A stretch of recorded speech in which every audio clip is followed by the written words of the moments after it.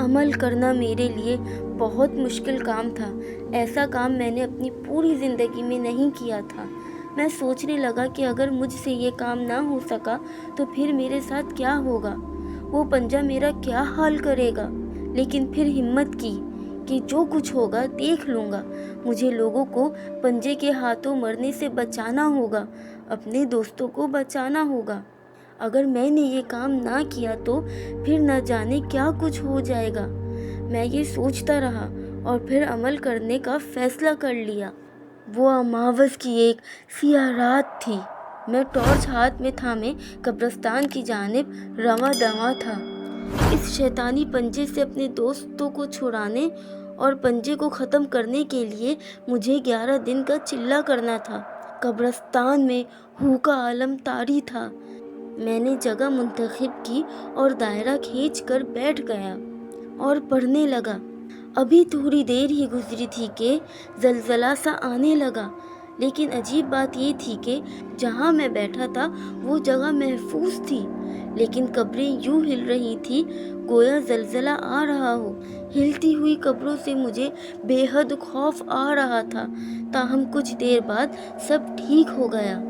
کچھ دیر بعد مجھے بکری کے بچے کی میں میں کی آواز سنائی دی اور پھر ایک شیر گررایا۔ میں حیران ہوا کہ شیر یہاں کیسے آ گیا۔ شیر نے بکری کے بچے کی جانب جست لگائی، وہ منمناتا ہوا قبریں پھیلان کر بھاگنے لگا۔ شیر اس کے پیچھے تھا، شیر اسے ہڑپ کر چکا تھا۔ پھر شیر قبرستان میں گھومنے لگا، وہ ایک ایک قبر کو سونگھتا جا رہا تھا۔ بالآخر وہ ایک قبر کے پاس رک گیا۔ شیر نے اپنے اگلے پنجوں سے قبر کھودی اور مردہ نکال کر کھانے لگا۔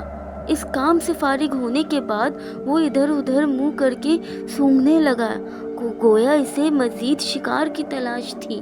پھر اس کی قاتل نگاہیں مجھ پر پڑی، وہ دم کو دائیں بائیں حرکت دیتا میری جانب بڑھنے لگا۔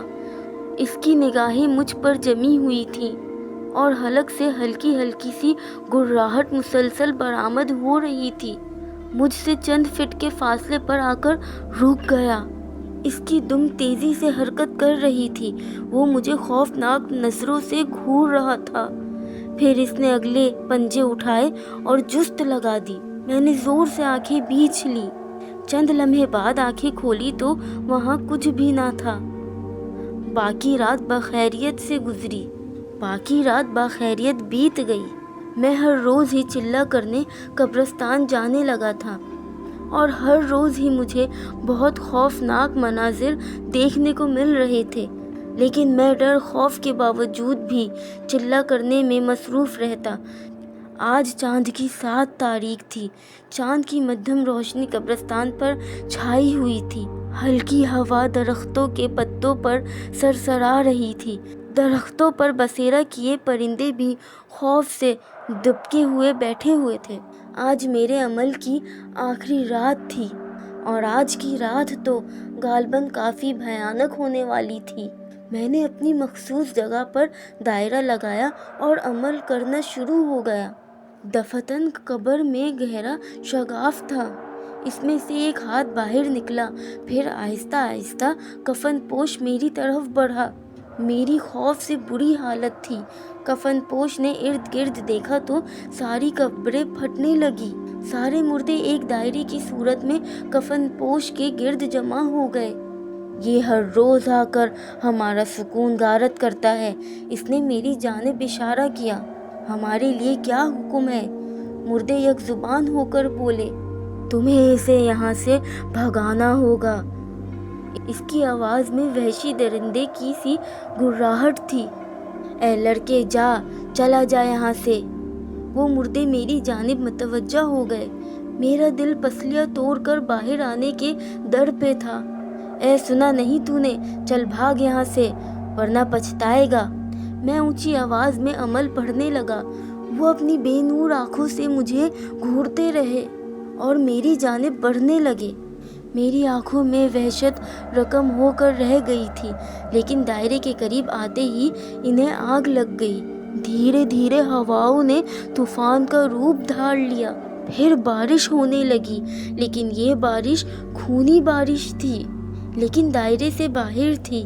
کچھ دیر بعد اس خون میں انسانی اعضاء اور ہڈیاں تیرنے لگے۔